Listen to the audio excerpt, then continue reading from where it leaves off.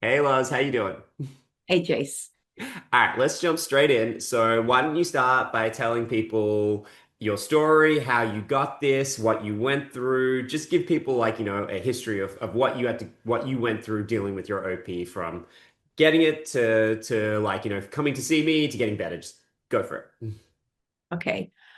So I specifically remember running, and I was running down a trail by our house, and I felt this initial twinge in my pelvis, in my groin area. And so didn't think anything of it, and it progressively got worse.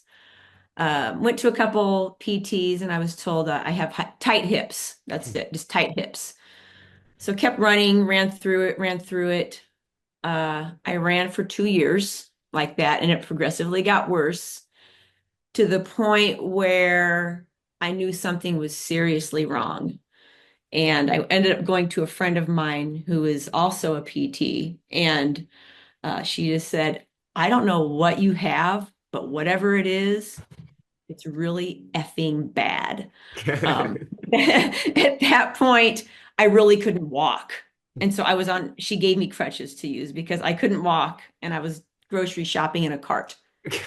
So I ran up until that point because I'm smart.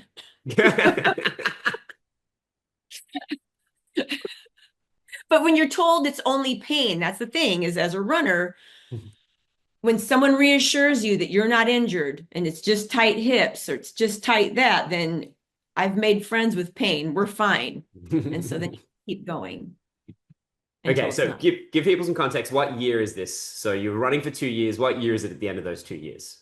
So this would have been 2017, because I ran a half marathon like that. And then that's when I was like, oh, there's something seriously wrong. So it was November of 2017, and I had been running since 2015 like that. Okay, all right. I say so then 2017, you jump in, you get, I assume now, when do you get the diagnosis? Is it a scan? Is it a what do you get? It, I got an X-ray. It didn't show anything, and then I got the MRI, and it was funny. Initially, they said there wasn't really anything to of note. But then another radiologist looked at it and was like, oh, yeah, there's osteitis pubis. And so I did end up going into a specialist, and that was in around that time. And I did water aerobics, I did the PT, I was still on crutches, and essentially I was told I wouldn't run again. And they said, oh, what they told me I could do is have cortisone injections. And I said, no, I don't want to do that because I'm going to mask whatever it is that this is. And I don't want to mask it. I need to feel it to know that there's something wrong. Hmm.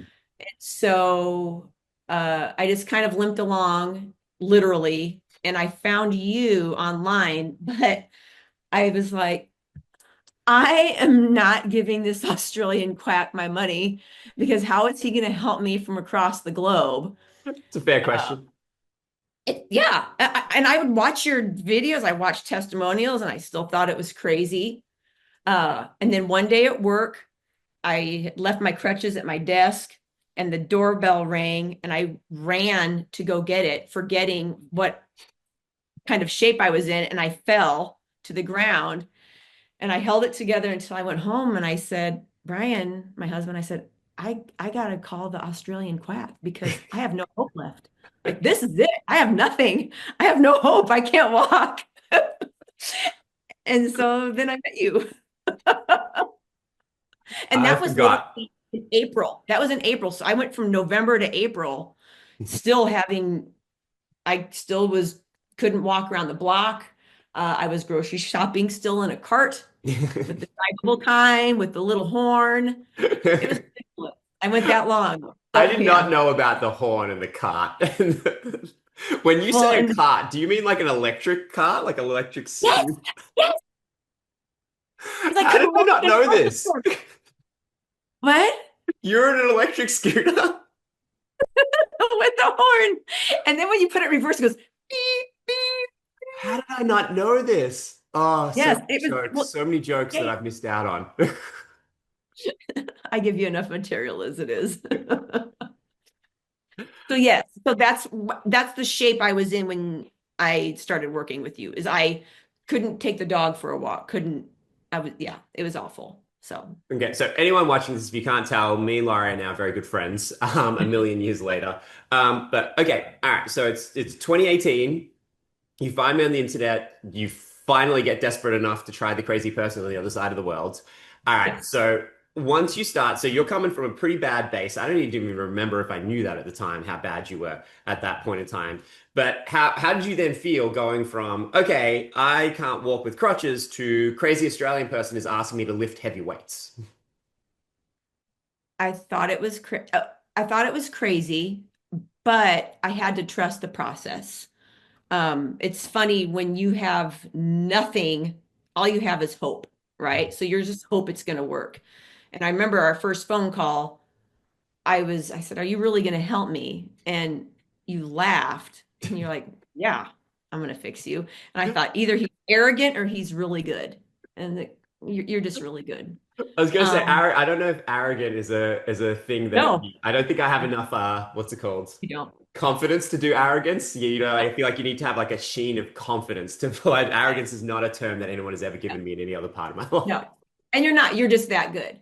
But so I went full in on your program. I would say I spent, and I'm not saying that everybody has to do this. This is just what I did because I was in no shape to do any sort of cross training or anything. So I just went whole hog in the program, watching videos, practicing, uploading videos. I would say maybe 2 hours a day, taking notes. But yeah, you end up body weight. It's not like you're all of a sudden asking me to lift an enormous amount of weight. It's body weight first, right? Getting to literally you rebuild. Felt like you're getting rebuilt from the ground up, from your feet up, on how you move, how you stand. Uh, Well, that's so basically what I'm doing. It's yeah, kind of you're just going. rebuilding. Yeah, because it's kind of like going, oh, OP is so complicated. There's so many interactions, your feet, your glutes, your core. What's going on with your pelvic floor? What are you doing with your breathing? It's just kind of like, you know, it's just easier if we just clear the deck and just build this body good from the ground up. That's going to actually work rather than, oh, we'll just try to like, you know, it's like you're fixing a house and like, oh, we'll just do that with the tap and we'll put this thing here and then go for that there. Okay, maybe that'll hold together for a while, sort of thing. And it's like, oh, when you get to OP, it's like, oh no, you've been doing that for ages, right? With all these little injuries, little knee injury, little back injury, little this over the years. And by the time you get to the point where you have OP, it's like, oh, all those little fixes that you did, they've come to roost now. All those little, like that tendinopathy you had in your knee that you sorted out with a little bit of like, you know, knee extension and that hamstring problem you sorted out with, you know, a little bit of rest and stuff. It's like, it never went away. It was still Right, there. And it's just like, and now you've got OP. It's like they all came home to roost. And it's like, and now it's like, oh no, none of those little cheap tricks are gonna work. And so when you say 2 hours a day, right? It's like maybe that's just what you have to do. Do you know what I mean? It's like some houses are built on a perfectly flat piece of ground, and you know it's just easy. You put the slab down, you build the frame, you put the house in, and it's good to go in 6 months. And then some houses are like built on uneven ground, and then they dig in, they find out it's not the right kind of clay or something, and then it's like, oh, and then there's too much humidity, and the concrete's not setting. So like, do you know what I mean? It's like at the end of the day, you would need to live in a house. So you either you either fix the house or you don't, and it would be great if you can fix it in 20 minutes a day. Good for you. If it's 2 hours a day, what are you going to do? Like, what are your I was a choices? 2 hours a day house. And also I ran, it was my friend who is my PT now and my running coach. I wanted to talk to her about you first. I said, "Hey, this is what this guy's going to do." And she was asking me questions. And she said, "Oh my God, he's resetting you." I said, "Oh my God, what does that mean?" And she said, "I've been doing this for a long time. It's not something I can do." She said, "I don't have the patience for it. It takes a lot of patience. It takes a lot of dedication, a lot of time, and it takes a certain type of person to do this." And she said, "If I were you, I would do it." And I said, "Well, good, because I already paid for my first session, so we're in." So yeah, that was the beginning. And Oh, okay, I got it. I didn't know that. I should, what's it called? I should, what's it called? I should say something to Christy when I see her again. yeah, you'll see her again.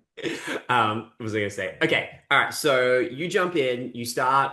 you start like lifting weights and stuff like that. You start kind of trying to rebuild your body from the ground up. And also, I should kind of add, you were doing this in what I would describe as the dark ages. Like my spreadsheet is all over the place. My videos go for 10 minutes at a time. There's no short versions. It's like, do you know what I mean? Anyone who might decide to do this now kind of things, it is significantly easier. I think it's still bloody hard, but it's significantly easier than what you went through kind of thing.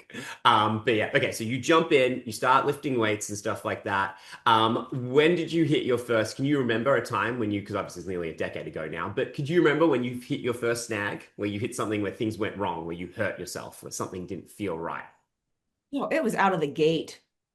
I mean, just the little things. Like I remember doing where you were supposed to twist your feet, screw your feet in the ground. Well, I overdid it, and then it tweaked something, and it's like I think I tried so hard, and I was trying so hard that your body's kind of tense when actually you need to be relaxed. And so, out of the gate, I would little hiccups along the way for me. I was trying too hard. Well, it's funny, right, though, because like I will take trying too hard than not trying hard enough. Because it's like if you've never done something before, it's really hard to understand subtlety because it's this completely new thing. So 50% and 100% and 30% is really, really hard because if you do it 30%, it's such a subtle thing. You're not used to it, you're not aware of it. It's kind of like going, if I've never seen color before and you shove a blue in front of me, it's like, cool, I know that's blue, but can I tell the difference between blue and light blue and dark blue? And just like there's all these things. So it's like, oh, I'm gonna make sure that I at least have blue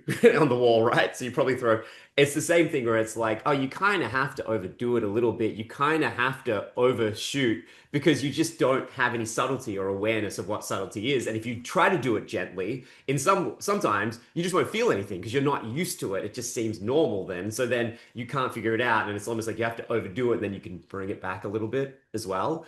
And it's I funny agree. because it's just trying to explain to people, anyone watching this, it's this idea of kind of going, the idea that you will be able to do this to rehab your body, reset your body, rebuild your body, and do it with not making mistakes. I would kind of be like, cool, you're not doing it then. Like you're probably not doing it hard enough. And we go like, it's the mistakes that teach you what you need to learn to get better. But it's just kind of going, can you make mistakes in a way that the consequences of those mistakes aren't catastrophic? So, you don't end up needing your crutches again, or you don't end up needing things. But the idea that you're not going to tweak something, it's just like, oh, I'd be like, well, then the thing you're doing is probably not going to work because it's probably too easy. Like, it needs to be challenging because your body's not going to change if it's not being challenged. But yeah, it's interesting like that because I think you have to overdo things to kind of things and then you can rein it back on the other side. Okay, so then can you remember how you felt when you started running again? So I do remember, I remember you told me to run and I was so scared. And that was 5 weeks into the program. And I was not ready mentally to run. I was absolutely horrified. And so I walked to the park and I wanted to run in grass. So I ran 1 mile in grass. And I want to say it was like a 15-minute mile. Perfect. And I called my best friend, Jody Green. I called her at the end of the mile and I was bawling because I was so happy that I was hyperventilating. I was so happy that I ran that mile because I knew if I ran one, eventually I could run two, Yeah. right? Did it hurt? Yeah. Did you warn me that it was going to hurt? Also, yeah. But was it better than what I had before? Yes. And I'd only been in the program for 5 weeks. But that's not to say that, oh, at 5 weeks, everyone should be at this point. That's not how it works. For me, that was where I was at that time. But then, I'm sorry. No, no, no, no. You finish that thought. Okay. But also, so the tears of joy, literally 2 weeks later, I couldn't finish my run. I'm hobbling home. My friend Casey is driving down the street, sees me, and I'm bawling again. But now it's because I'm destroyed because I couldn't finish my run. I'm hobbling home. I'm in pain. So yeah, as you always say, and I have to agree, success is not linear. As long as you're trending in an upward motion. But so it's gonna ebb and flow, and you're gonna want to quit, and things aren't gonna go great. But you just have to just keep focus. Or grow through your failure, basically, right? Grow Like through your failure. That's part of it. you You learn where your mistakes are, and grow. Well, and to circle back to what you said about like the 5 week thing, right? I think anyone watching this, you want to consider, right? So let's just say you did 2 hours a day. I'm sure you didn't do 2 hours every day, but let's just say you did, right? So 5 weeks, 35 days, 2 hours a day. That's 70 hours of rehab time that you've put in, right? Like, I wish sometimes people would think about things from that perspective of it being like, okay, I have OP, I have a back problem, I have a chronic knee issue, rather than being like, how long am I going to take to get better? That's like, yeah, there will be some time, and healing does play a role, and healing takes time, right? But that's not usually the determining factor. It's stop doing the stupid thing that caused that injury. That's a habit. You need to change that habit. How many hours will it take me to do, right? So, yeah, you're 5 weeks in, but you're 70 hours deep, sort of things. Like, True. that's so different to 5 weeks in and you're 15 hours deep or you're 12 hours deep or something like that. And it's just such a like, yeah, I wish people would think about that when they're dealing with an injury in their body. It's just going, okay, and now don't get me wrong, if you break a bone, that just needs to heal. There's no way around that, right? Sort of things. But like with OP, you're not waiting on anything to heal. Like if I can just take my brain and put it in a patient's body, I would go and run and not get pain because I would run in a way that would piss off my pubic bone, sort of Mhm. things. And so it's just like, oh yeah, that volume of time really kind of like plays a role. And so then when you go to run and it goes badly, it's like, oh yeah, you're bawling, but I'm guessing, and I know you, but I'm guessing that you're like, your brain is also going, okay, what did I do wrong? What can I work on? What was missing that run? What did I need? Because you've been doing that for 70 hours for your rehab that whole time when you've been making mistakes and working through those and doing that. So all of a sudden, running is not this insurmountable thing. It's just another challenge that you have to break. But it's like, do you feel shit when you fail? Yeah. Like if you're like you're lying if you don't, right? Do you want to cry? Do you want to like say it just means it's important, right? Like I would much have someone crying in front of me. It's like, oh, this matters. Like this matters to you. You care. You're actually going to get better. If you don't care, you're probably not going to work hard enough and you're probably not going to get better, right? So like to me, it's never like I know some therapists kind of get freaked out a little bit. So I would have a problem if someone's crying in front of me. It's not a problem because they care. And if they care, you can use that to get someone better, sort of things. It's just figuring out what it is that the person needs. Because unfortunately, anyone watching this, you want to approach this like you've approached every injury. If you have cancer, there's a protocol. If you have a cold, there's a protocol, right? There's a set of instructions that every human being will basically follow for cancer, right? Like it's you get radiation, you go get chemo. Obviously, there's complexity to this, but it's like with OP, there is a basic prescription, but what a person individual needs is so vastly different that trying to figure out what they need is a process of them trying things and failing and then adjusting, right? So it's like the sooner that you get into that headspace of just being like, okay, what went wrong? What do I need? The better. And that is just volume of time, right? Like you've already been into it 70 hours, then you're going to be able to do that sort of thing. And obviously, not everyone can do 2 hours a day, and sometimes it's just not physically possible, right? But But I was also running a lot.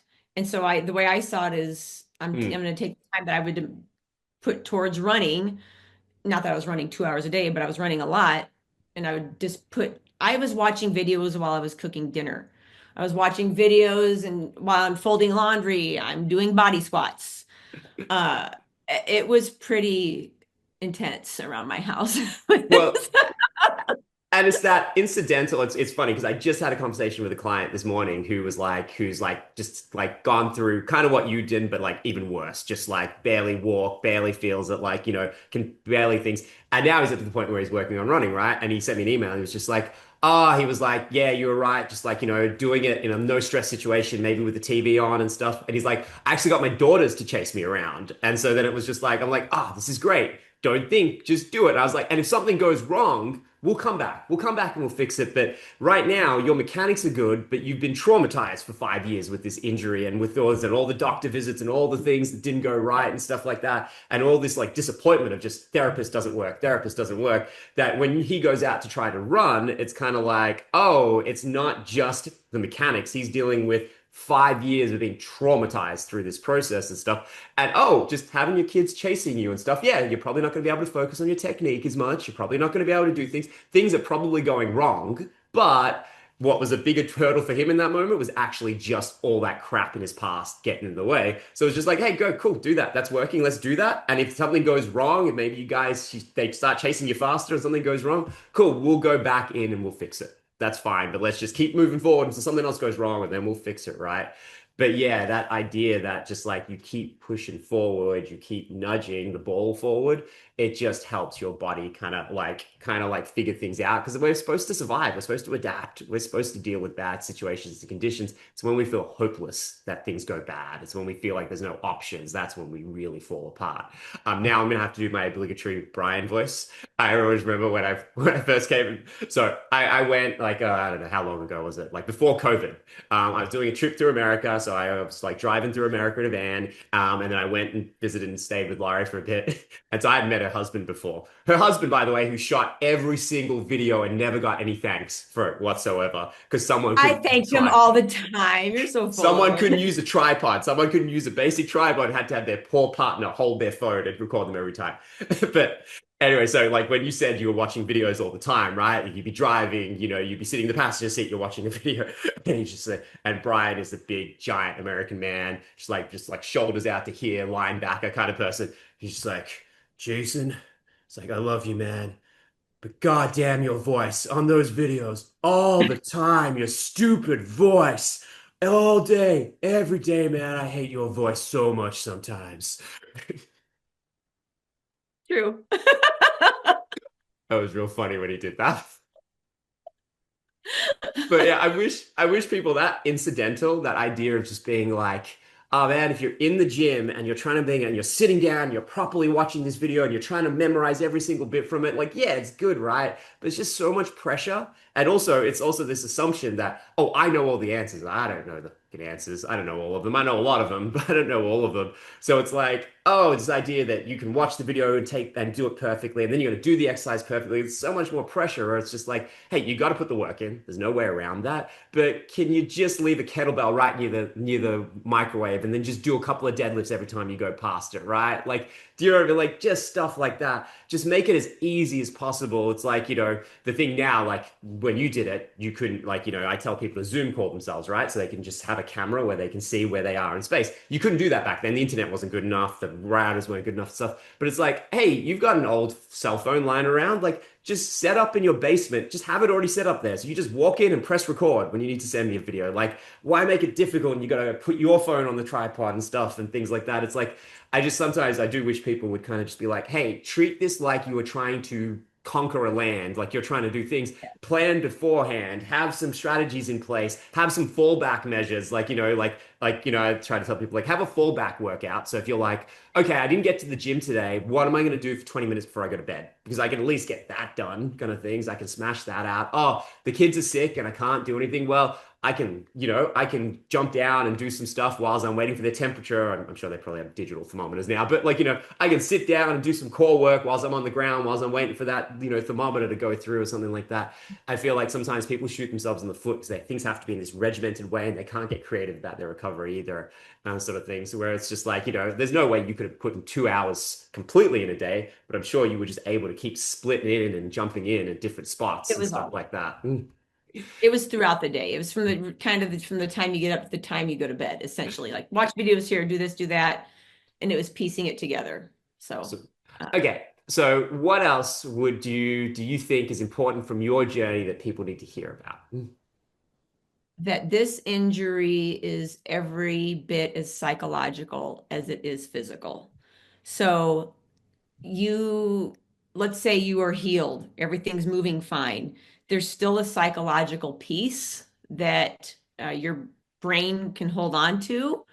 And in times of stress or any type of turmoil, sometimes it's even hormonal, but your brain can fire that off and make you feel like you're injured, even though you're no longer injured. Um, I was not aware of that early on, and it took some time. There's a book, we talk about it a lot on the Facebook page called The Way Out, and it's about neuroplastic pain and how your brain is sending pain signals when actually there's no injury anymore. And so that was huge. Learning that piece was huge.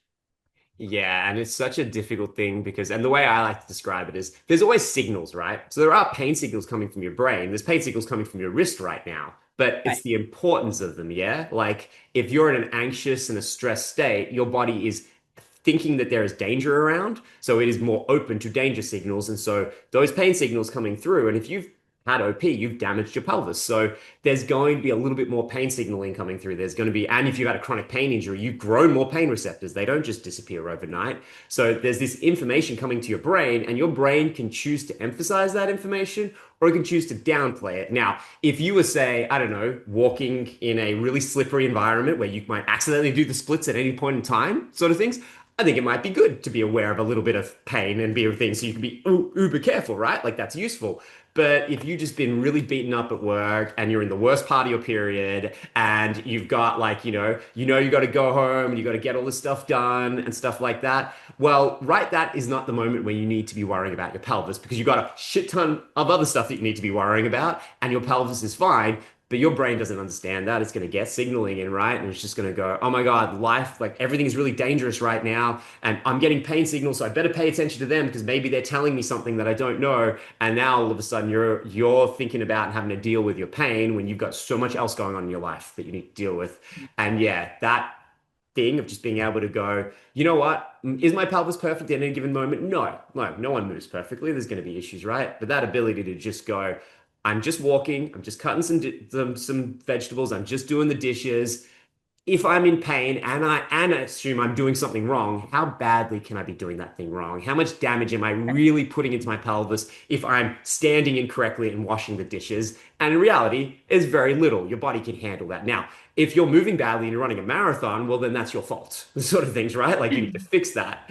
But like if you're sitting around watching dishes, it's like that ability to go, this pain is not meaningful to me. It is not going to affect my life. I will finish these dishes. And if I'm still hurting, yeah, maybe I'll get up and do a few exercises to relieve off some pressure from my pelvis. But right now, I need to get these dishes done. I need to get the bottle for my kid. I need to finish the washing or whatever sort of things. So therefore, I have permission to ignore this pain and get going because I have the confidence to know I can fix it and fix my pelvis if something's going wrong. And I need to no longer trust pain as my measure because it's going to lie to me and it's going to think it's not its fault. It's just the nature of it, sort of things and stuff like that. Okay. Any other last words of advice? Anything else that you think people should know before we go off? If anyone's thinking about doing the program or trying it or halfway through it and is getting really stuck, any other words of wisdom you want to leave on people? Uh, Trust the process. There's going to be times when you want to quit. Don't quit. See it through. I would personally, I would complete the program. A lot of times you'll hear people say, "Oh, well, I stopped at this part of the program because I was feeling better, but now this is happening." I do feel that it pays to complete the program so then you have all of the tools in your toolbox. And also, just going through the program, you're going to have more opportunities to improve. You're going to have your ups and downs. And so then they have access to you to answer questions, help through. Um, I would say just stick with the program, trust the process. Success is not linear. And don't look at anything as a failure, but it's an opportunity to succeed. Mm. Yeah, awesome. Thank you so much for doing this. And yeah, anyone who's watching this, I hope you can take away. But thank you so much, Loz. You're welcome.